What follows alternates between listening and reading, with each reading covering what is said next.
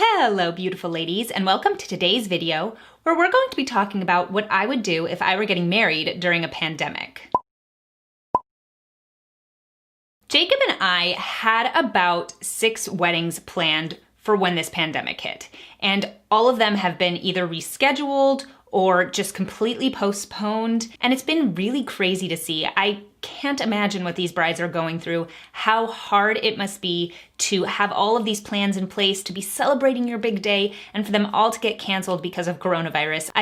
My heart goes out to all of those brides out there who have had to deal with this, who are working through it now. I actually am still going to hopefully 3 weddings in the next few months, which is great. I'm really excited that they're still getting married and that they're doing it. That's gonna be great. Of course, there's still gonna be safety measures in place and all of that, but it's nice to know that some people are still getting married even during all of this. And we did have a few friends who decided to just keep it very small and then reschedule a big party for next year. So I really wanted to share with you guys what I would do if I were in this position. I really do feel lucky that this didn't happen when Jacob and I got married, but if it did, I hope I would have been able to come to terms with it and then have an awesome day despite the fact. So I'd really like to talk about what I would do if I were in this situation, so let's get into it. The first thing I would do is postpone the reception. Now, I think that that's the hardest part because a wedding it's a big celebration. It's so much fun and you want to celebrate it with everyone you love and who loves you. And you want to have that big party. But now it's really hard to do that. And I know some brides who are going ahead with their wedding, but they're only getting like half of the people that they love there. And I know that that would be very, very hard for me. So I would rather just postpone the reception. Have the reception later when everybody can be there, and it might be a year after you're married, but you would still get to celebrate it because the fact of the matter is most of the people who would come to your wedding are gonna come to your reception a year later, and they didn't get the opportunity to celebrate it when it actually happened. So they're gonna have a great time at your reception no matter what. So I would totally wait and have a reception a year from now because I would want everyone I love to be there. My family isn't super comfortable traveling right now, so if I were getting married this summer, I don't even know if they'd be able to come. So it would be much more exciting and fun for me to just postpone that reception and have an amazing party a year from now. That's what a lot of our friends are doing, and I totally respect that decision. That's probably what I would do too. Number 2 is to have a small ceremony. So this is really more dependent on you, on your family, on your ritual laws. And because I know that my parents probably wouldn't come in the middle of a pandemic, I probably wouldn't want any parents there because that would just be really hard on one set or the other that they couldn't participate. So I would probably just line up all of the things I would need for a Jewish ceremony, and I would try and just keep it small, keep it contained, and just make it about each other. Make it about your love. Make it about the fact that you are starting a life together. It's interesting actually because in Orthodox Judaism, you're not allowed to postpone a wedding. Even if something bad happens, even in a situation like this, you're really not allowed to postpone the wedding because marriage is so important. And that's what it is for me, is that marriage is the most important thing, not the wedding, not the party, but the life you get to live with your spouse now. And that is the thing that I wouldn't want to put off. I would want to be married. I would want to be a wife. And that is what I'm waiting for. And the party is amazing and it's lovely. And I love weddings. So that is not to say that that's not important, but it is secondary to what the wedding is for, which is your marriage. And the funny thing is that when Jacob and I had our civil ceremony, our legal ceremony in the States, it had to be about 3 months earlier than our actual wedding, just because we weren't really in the same place at the same time. And once you get the contract, it expires within a certain length of time. And so we had to do it much earlier than our actual wedding. And because for us, that's not what defines our marriage. For us, the wedding ceremony that mattered was the Orthodox Jewish ceremony, but the civil ceremony was still something that was kind of fun and I looked forward to. And it was incredibly small and incredibly casual. I just bought a short white dress. Jacob wore a nice suit. His parents did end up coming, but my parents really didn't care about the civil ceremony, so it wasn't something that upset them that they couldn't come.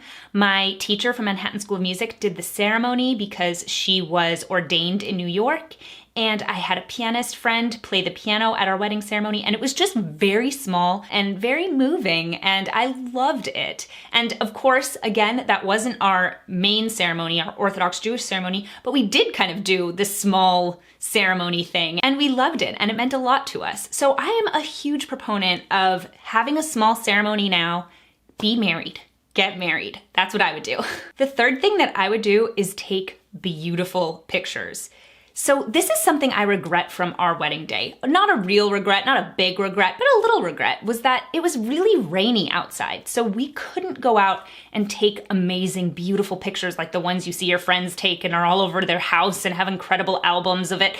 We have very nice pictures, and I love our pictures, but not as many as I would have liked, and I'm a very outdoor person. If I could have gotten married outside, I would have, but we got married in spring in New York, so that's a 50-50 shot with rain, and it did end up raining, so good thing that we didn't get married outside, but that meant we didn't take any pictures outside, and that's something that makes me kind of sad looking back. And if you're gonna have a small ceremony, I would take 5 hours and just take amazing photos. Since your reception isn't gonna be for another year, take some of that budget and just take amazing pictures that day of you and your new husband. It'll be amazing, and you can just take all the time in the world, all the time that you need, wear the gown that you bought for your wedding that you now need to postpone, and wear it to the ceremony and wear it for the pictures. You're gonna have all this time, really take advantage of it and take incredible photos. That is totally what I would do if I were postponing my wedding. Now, if we're talking about what I would do, number 4 is that I would probably elope somewhere that I really wanted to go. Now, this is really more dependent on how comfortable you are with traveling right now,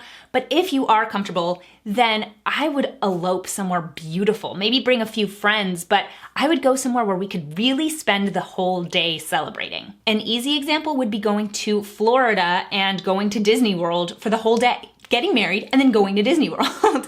That sounds like a ton of fun. Or if you're more into sightseeing, maybe go to Savannah and just spend the day seeing the beautiful sights there after your wedding. Get married in the morning and then have the whole day to celebrate. Or get married in the evening, take pictures a lot of the day, and then also take your time to explore. I think spending the entire day with your new husband is just the nicest idea because you get to actually do something really fun, make the day special, make it something that you'll never forget. And a normal wedding day isn't really spent going out and seeing things. It's really mostly prep. It's mostly getting your hair and makeup done, waiting for everyone else to get their hair and makeup done, taking photos with everyone in the family, making sure everything is in its place, and it's still lovely and beautiful, and of course everybody loves their wedding day. But it's a lot of just preparation. And if you aren't doing that, then you might as well go do something amazing and fun. That is totally what I would do if I was getting married during a pandemic. The 5th thing that I would do is do my hair and makeup or get my hair and makeup done. I probably would go to Dry Bar or something and just get my hair done in a really nice blowout or something fancy, because I will say I do like doing my hair, but it is time consuming and I enjoy having my hair done by other people. I like doing my own makeup. So I would take my time, do my own makeup, do whatever look I wanted to do, and then get my hair done for this small ceremony. Even if it's a small ceremony, that's still gonna be your wedding anniversary and you're gonna remember it and you're gonna have all these pictures that you wanna get taken. And so if you're gonna be taking those beautiful pictures, you might as well get your hair and makeup done or do your own hair, do your own makeup, whatever makes you happy, but just spending the time to make those things beautiful. Number 6, 7, and 8 are all things that I would do after the ceremony in that evening. So I would plan a beautiful dinner. I would go to my favorite restaurant and I would order everything on the menu that I wanted. And if any of my friends had come to that very small reception, I would invite them to come too, and I would just have an amazing dinner at a really cool place. If it's someplace near you, then choose your favorite restaurant. If it's someplace that you guys are new to and you're exploring, I would just choose whatever restaurant sounds the best to you. Who cares about the price when it's your wedding day? Just having the kind of food that's going to make you super happy and remember this day forever and make it special, because how often do we get to eat at restaurants that are a little bit more pricey or a little bit more fancy? But if you go to a restaurant that you would never normally go to, it'll be so memorable. And if you're wearing your wedding gown, how much fun would that be? Am I right? Like, how much fun would that be if you just walked into a restaurant in your wedding gown with your husband and maybe your friends? That would just be so much fun. And I would probably have champagne for the table and just get a bunch of appetizers.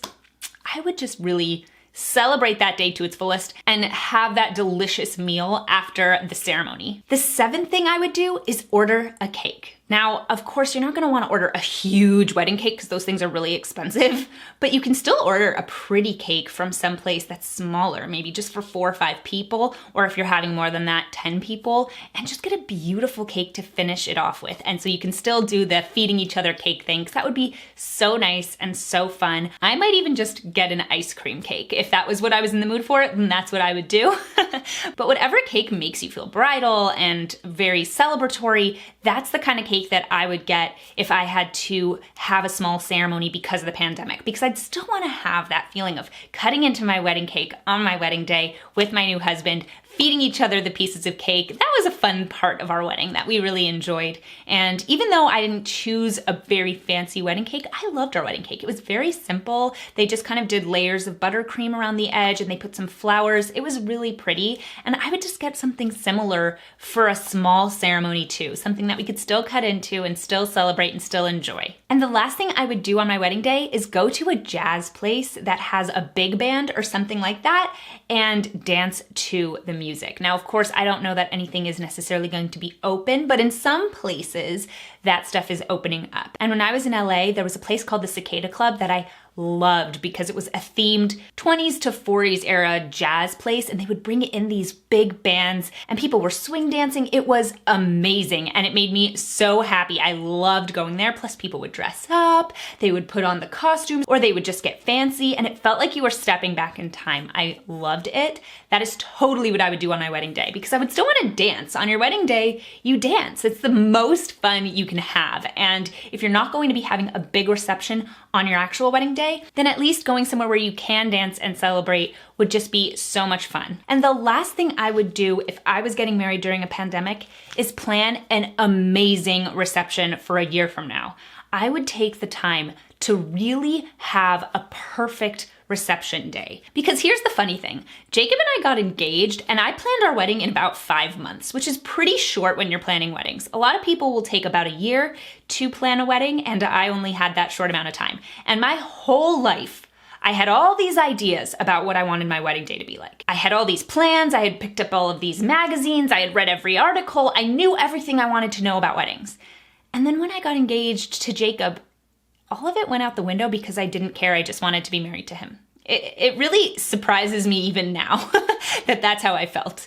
But I wanted our wedding to be beautiful, but it didn't matter the details because we were getting married and we were going to spend our lives together, and that was what counted.